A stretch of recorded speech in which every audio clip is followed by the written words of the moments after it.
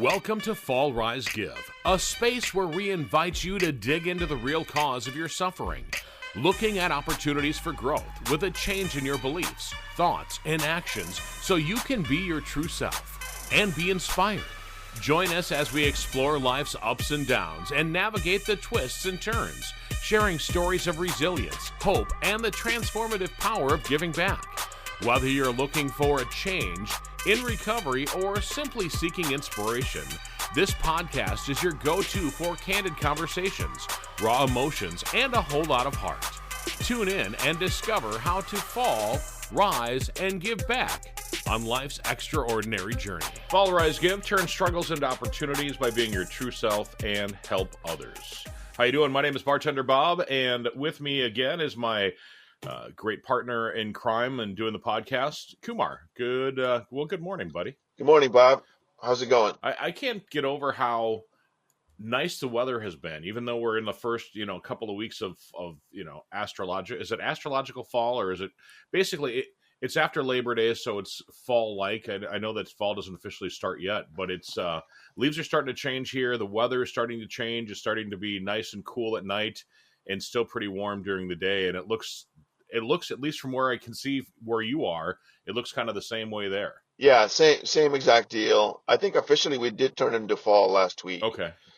It's funny because I always like summer is my favorite, but then as I'm thinking, it's kind of fall-like now. The weather's a little bit cooler, and fall's my favorite. And then the winter, I'll be like, well, winter's my favorite. And then the spring, the buds are starting to, show up on the trees, and spring's my favorite. So I think I like all four seasons. Yeah, me, I like the fall because of football, and so that keeps me busy. I'm a huge football fan, especially college football. And then I like the spring a lot. The winter here in Seattle can be short days and kind of dark, so winter's not my favorite here. It's not as cold as Minnesota or Wisconsin, but I absolutely do love the spring and the summer, and the fall is not bad because of football. But yeah, other than that, winter is kind of the dreary, drizzly, cold, depressing kind of winters in the Pacific Northwest. Oh, is it really? And you're speaking that from a guy that came from Minnesota, so I mean, it must be really bad if a Minnesota guy doesn't like the winters out there in Seattle. So officially, the autumn equinox is September 22nd at 7:43 in the morning, or 7:43. So it was last Sunday when fall officially ushered its way in. It's a great day, and it's sunny here. I'm on an island called Whidbey Island. It's about 45 minutes north of Seattle. You take a ferry to get on it, and I'm here for a men's retreat for my my church, and it's been an amazing weekend with the guys, and a lot of fun activities. Went on a big ocean front hike yesterday, a long 5.5, 6 mile hike, but it's definitely been a great weekend. I always enjoy those weekends. Last weekend we went to a buddy of mine is a hypnotist. He was on America's Got Talent, and he's the one that hypnotized Howie Mandel to shake hands many years ago. And we went and saw his show in Chicago. We stayed downtown Chicago. We stayed on the 10th floor of a Hilton down there. I had no idea that a room in downtown Chicago would be about half the cost of my monthly house payment. We paid $450 to stay, plus parking. And we weren't even there 24 hours. So parking just from 4 o'clock in the evening on afternoon one day till 10 o'clock in the morning the next day, $62 to park on top of the hotel. I'm like, holy man. Yeah. Downtown Chicago is very expensive, and you stayed in a pretty nice place in a pretty nice area right off the water. There's a park across the street from the Hilton, I think, there on Michigan Avenue. So you stayed in one of the nicest hotels around. I know, but still, it's just you have to do that every once in a while. But still, the cost to park, I'm like, holy buckets! That's crazy. I was telling some people in the town that I live in, and they're like, $62 to park. That's more than I pay for gas in a month. I'm like, well, we live in Ferryville, Wisconsin, not in Chicago. So there you go. Yeah, Chicago's expensive, but especially downtown for parking. That kind of thinking gets you thinking. And I know that you wanted to talk about stinking thinking today, and that made me stinking a lot of things. with with that Yeah, with that extra cost. I'm like, come on, man, nobody can afford this stuff. yeah, yeah. No, exactly. I went to a coffee shop the other day, and I think it was Thursday, and there were 2 cups of coffee we ordered. It was $9. It wasn't a latte or anything fancy. It was just drip coffee, and I was like, $9 for 2 drip coffees. Right. That is nuts. Yeah, That was just things are nuts. just getting out of control. One good deal we did get though while we were in Chicago, we stopped at my favorite place and got an an oven grinder. We got a nice sandwich, a meatball sandwich, and we got it to go because we were running late. And we stopped to get waters to drink at a park on the way. And Monique ran into the convenience store. Yeah, 2 bottles of water, $2. So a dollar a bottle. So that wasn't terrible. That was about the best deal we got in Chicago. Yeah, that's about the best. You're not going to get bottles of water for $1 in most places in the country, especially not big towns. No, but when you're saying coffee for $9, that's $4.50 a coffee. Man, that is. See, we ought to rename this to like the old people show because now we're starting to sound like our parents when we talk. Because my dad, I talk to my dad Yeah, sometimes. we got to fix our stinking thinking, right? Exactly. Because things do change, man, and that's honestly just the way that life is. That we're the more things stay the same, the more they change, or however that goes. But it's true, things do change, and you got to expect things to constantly evolve. Otherwise, you're going to be standing still and just kind of sinking in the old quicksand, if you will.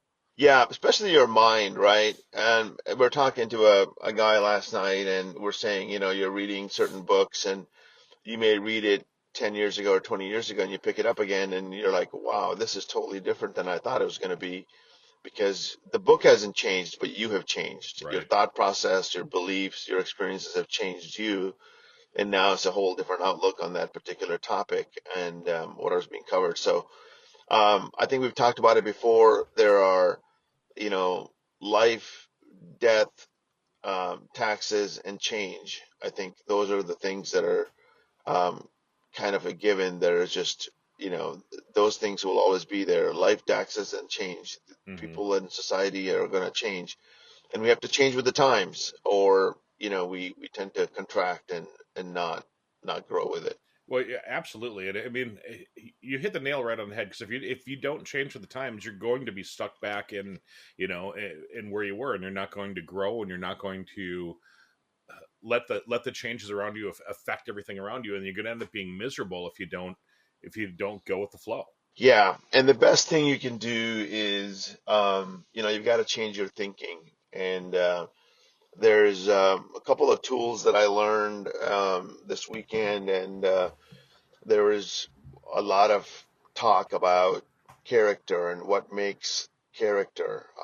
Character is based on our thoughts, our beliefs, our habits, our kind of spiritual practices, our daily conditions in life, kind of things. The most of the things that we spend our time thinking about, that's who you become. There's a great book I read years ago called As a Man Thinketh, and another great book I read that we've quoted out of before is the Norman Vincent Peale Power of Positive Thinking. But this weekend we ended up talking about some of the ancient texts from the Bible, and specifically the Sermon on the Mount, and we spent and dissected pieces of it.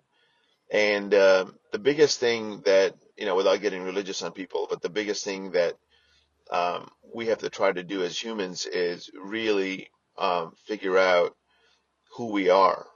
And, who you are is not necessarily your job. We've talked about that in the past, or um, your family defines who you are a little bit, but it's really your thoughts, and your thoughts are a result of your beliefs, which are usually a result of your experiences. And so most of us come into this piece. And so um, the two main things that they talked about was an attitude or thinking process around lack or abundance, Hmm. in which both of them I think we've talked about in the past. Yeah, So we have. that's the fascinating thing, is how do your behavior, your thought process really changes of a mental condition or attitude around lack or abundance. And so Yeah, that's the kind of the topic for today, and let's dig into that a little bit deeper and talk about experiences that maybe we've had with when we're thinking about lack or when we're thinking about being generous and being abundant attitude. It's not really about monetary value as it is kind of an attitude of generosity and having enough and things like that. You know, a lot of times when people talk about generosity, they think about it's exclusively giving money or things like that. But it really truly isn't. I spent most of my career as a radio personality, and as a radio personality, I had more time to give than money when I was younger, and so I did a lot of volunteering. So my way of giving back to society was always helping out with different things. I'm an Eagle Scout. I did that when I was a kid, and then I did a lot of things with my church when I was younger, and then I got into the JCs. I was in the lacrosse JCs for close to 20 years, and just the different social things that we did and the different activities that we were a part of that help out the community at large that we lived in was great, and that's the way that we gave back. And then as I got older, I was able to afford to give money and some time. And now living in a small town, I'm on the tourism committee here for Ferryville. I mean, it's a town of 191 people, so it's not like we've got lots of dollars to throw around to help out with tourism. But I mean, we've got people that give their time and they give their expertise and the things that they're good at. So I mean, I've done some podcasts for the community. I've helped them out with some marketing and some Facebook stuff and things like that. But that's what I think a lot of people need to realize, that it's not just about the money, it's about the time, and sometimes the time is worth way more than the money, if you know what I mean. Totally, totally. I think it's an attitude of generosity that you have more than what you need, and I think we can always make time, right? We may spend a Sunday afternoon watching football, but we do have a lot of time on our hands. We can give back to society and to people. But it's really about thinking beyond yourself. That's really what it's all about. So, the Buddhist faith talks about if you help others, that you think about others, your needs are going to be met and you'll be happy. The easiest way that we talked about, most of the billionaires, a friend of mine works with a lot of billionaires. We talked about it. Most of them are miserable until they start giving back. Hmm. And most of the billionaires or super successful people are not living a very abundant life. They're accumulated a lot of wealth, but they're kind of hoarding cash or hoarding money. And they maybe they oftentimes they live in the world of lack and the attitude of lack. So I think really it's a mindset, it's a thinking way. Um, Somebody in the retreat mentioned that some of the most generous people that he's ever seen are the people that don't have a lot. They tend to give whatever they have Hmm. and are happier. So I don't think money makes it happiness. I think money may give you a lot of resources, but the same problems just become bigger with more money. And giving our time, like you said, giving our mind share, giving our expertise, giving our just compassion to others, kindness, I think that goes a long ways. And as we think about our character and how we build our inner self, our thought process, when you come from a lack, you don't give anything. You're just more in a fear-based mindset, well and that really gets in the way. there's a lot of people that are takers, and when you mention that, it's sometimes that the people that have less to give are the people that are more giving and more empathetic and more caring and whatnot. It seems, but there's a lot of people that seem to have a lot, and sometimes it feels like they take a lot. They may have a lot, but they take a lot. They expect, like, in the service industry, I'll notice that some people that are hoity-toity or have the silver spoon, so to say, that they expect way more service than somebody that just, like, somebody that you and I just walks in and orders a burger or something. We're okay with somebody asking you how you're doing, and here's your stuff, here's the condiments that are normally with it. Do you need anything else? And off you go and help out. But sometimes it feels as though some people have that, oh, I ordered this, but I wanted it medium rare medium, so I needed a little bit more pink, and I wanted Grey Poupon mustard instead of regular mustard. And this barbecue sauce it tastes like it came out of a bottle rather than home. You know what I mean? And some people just kind of expect that extra uh they end up being more of a drag on your day rather than uh, a help in your day. If you know, if you kind of get my drift on what I'm talking about. Yeah, yeah, and it's amazing how our thoughts. Let's just take the flip side of it. Our thoughts and our experiences from a negative experience makes it harder for us to turn on our abundant or generosity when somebody else is coming from a world of lack or taking. And so it's an interesting thing that you bring up.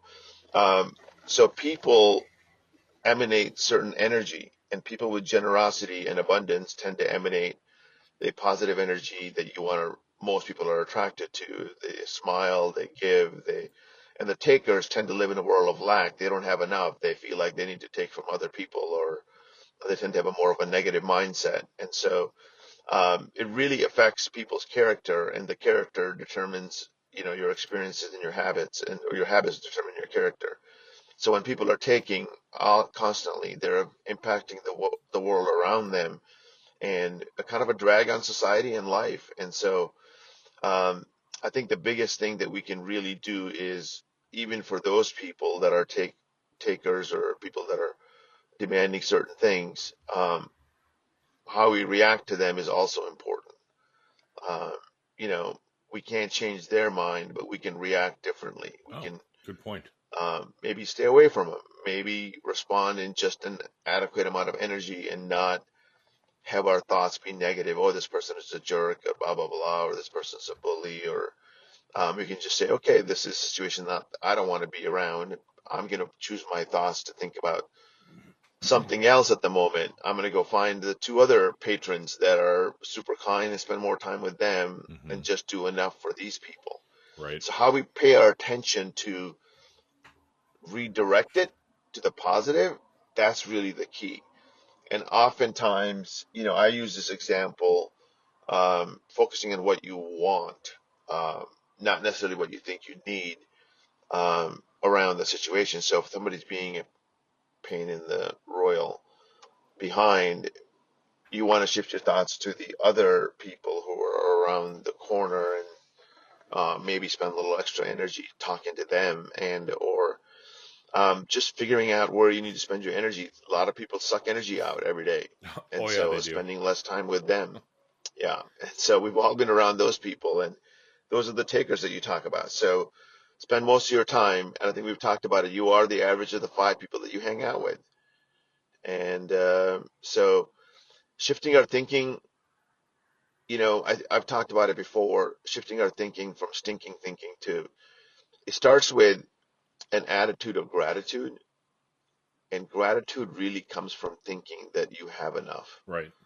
It's an abundant mindset. And even the fact that I was talking to a guy from Africa, Nigeria, actually, this weekend, and he was saying that people there, some people live on $1 a month. Here we're talking about $9 for 2 cups of coffee, or $62 parking, and a $450 hotel room, and you're saying that a guy lives on $1 a month.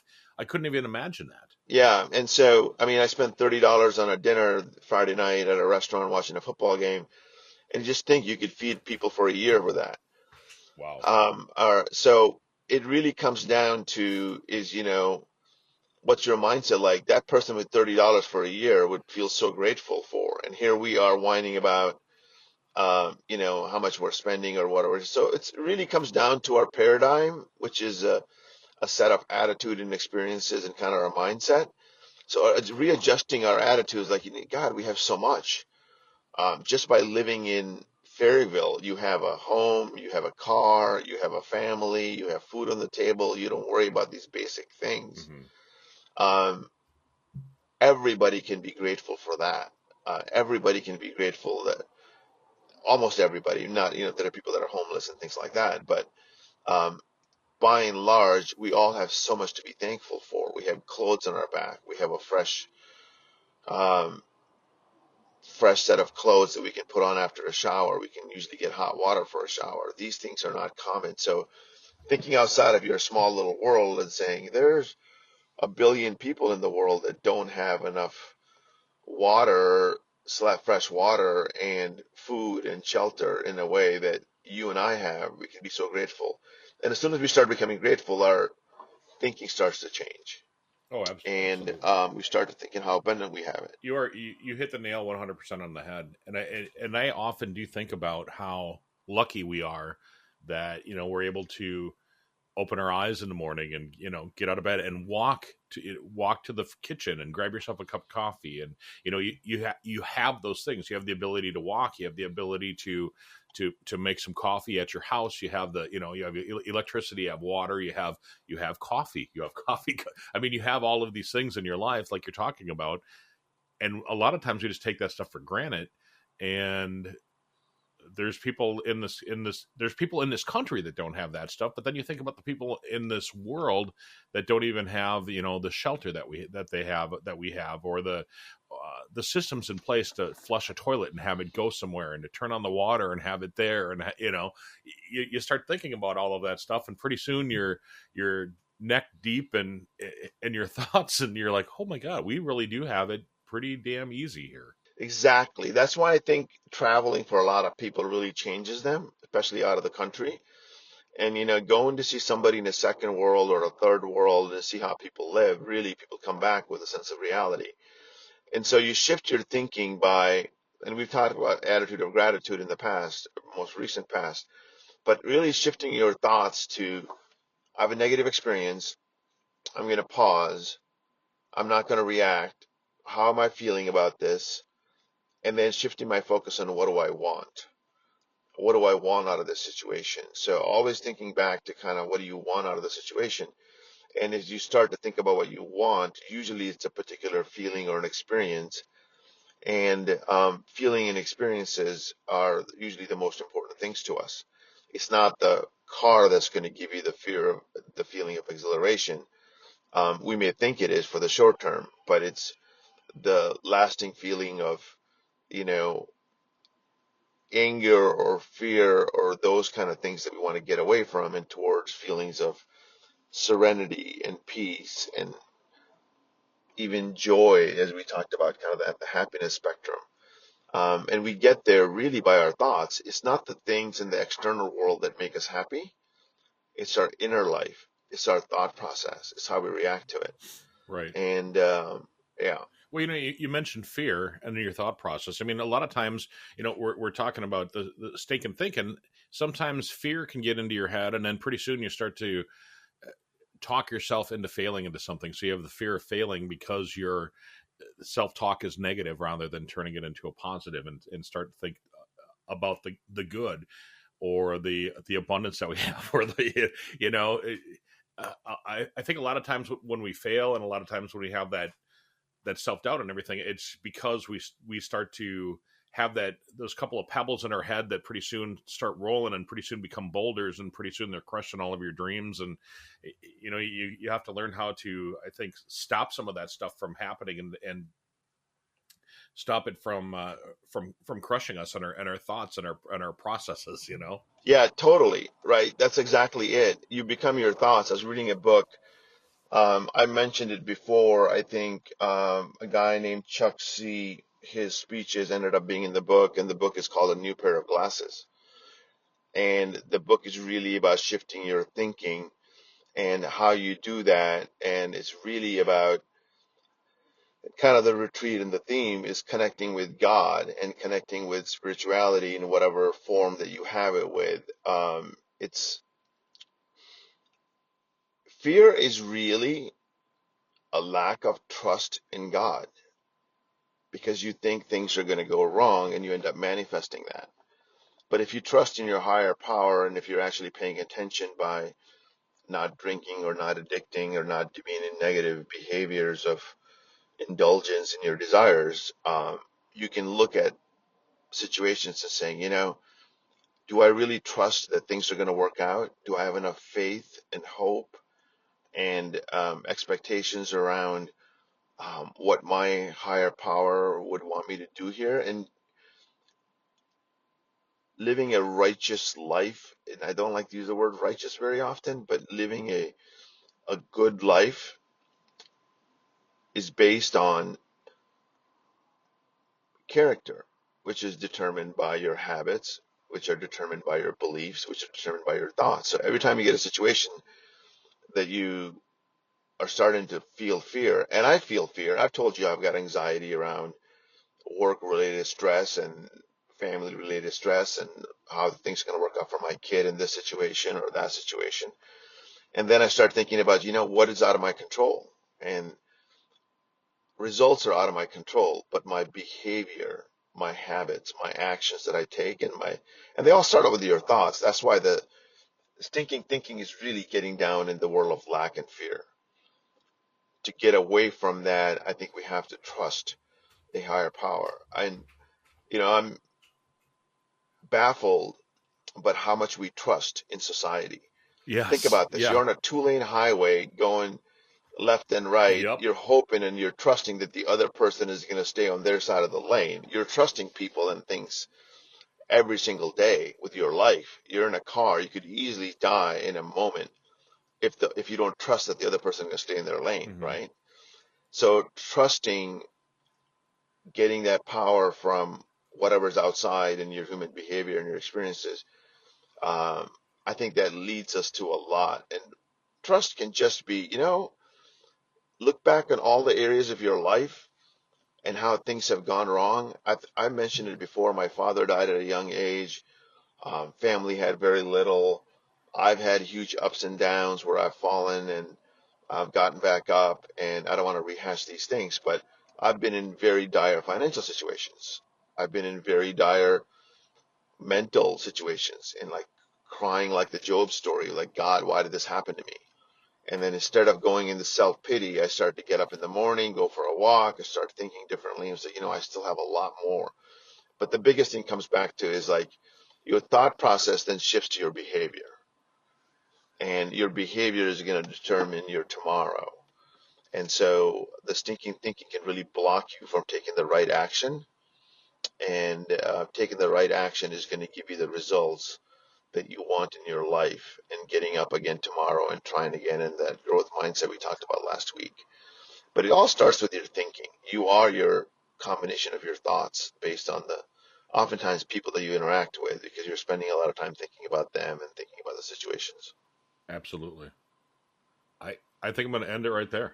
I mean, I was going to go on and talk a little bit more about that whole driving thing.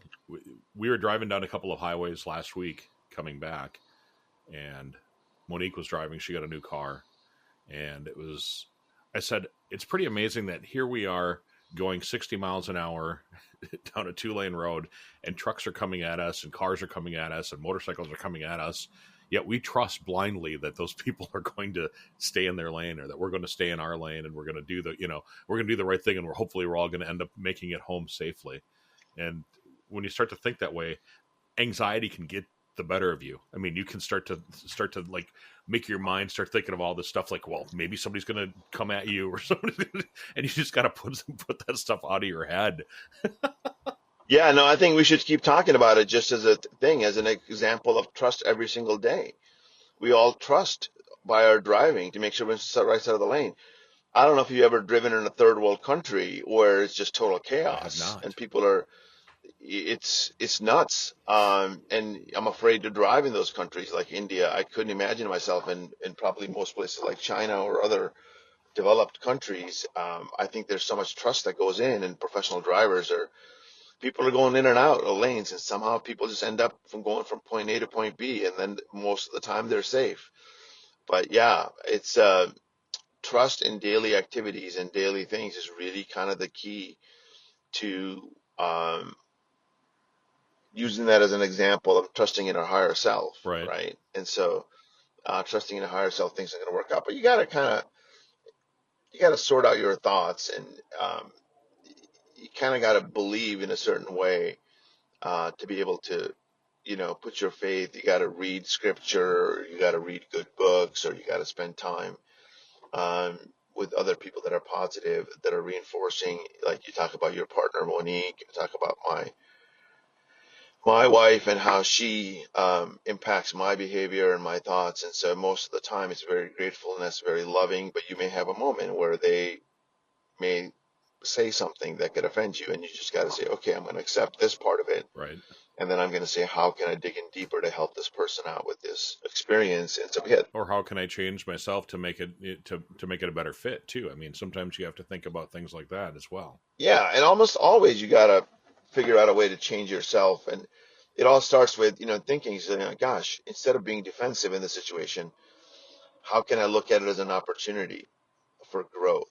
How can I look at it as an opportunity for myself to um, get what I want? So as soon as you start focusing on what you want, not what you think you need, not what you think you can't have. Here's what I want, and then what's the behavior, what's the thought that I need to go after what I want. So I think focusing on what you want um, is a really good way to kind of start shifting. Being grateful is a basic level, then creating hope, and then wanting something, and then going after it a little bit. And in your thought process, really, and like we said, it starts with basic trust. We trust people on the right side of the lane. They're going to stay in their lane. Thank you for joining us on this episode of Fall Rise Give, where we explore stories of resilience, growth, and giving back. If you enjoyed today's episode, please visit our website at www.fallrisegive.com. Also, consider subscribing to our podcast on your favorite platform and leaving us a review. Your feedback helps us to continue to bring you inspiring stories. Stay tuned for our next episode, and remember, every fall is a chance to rise, and every rise is an opportunity to give. Until next time, keep falling, rising, and giving. This is Fall Rise Give, produced by podcastforhire.com. Thank you for listening.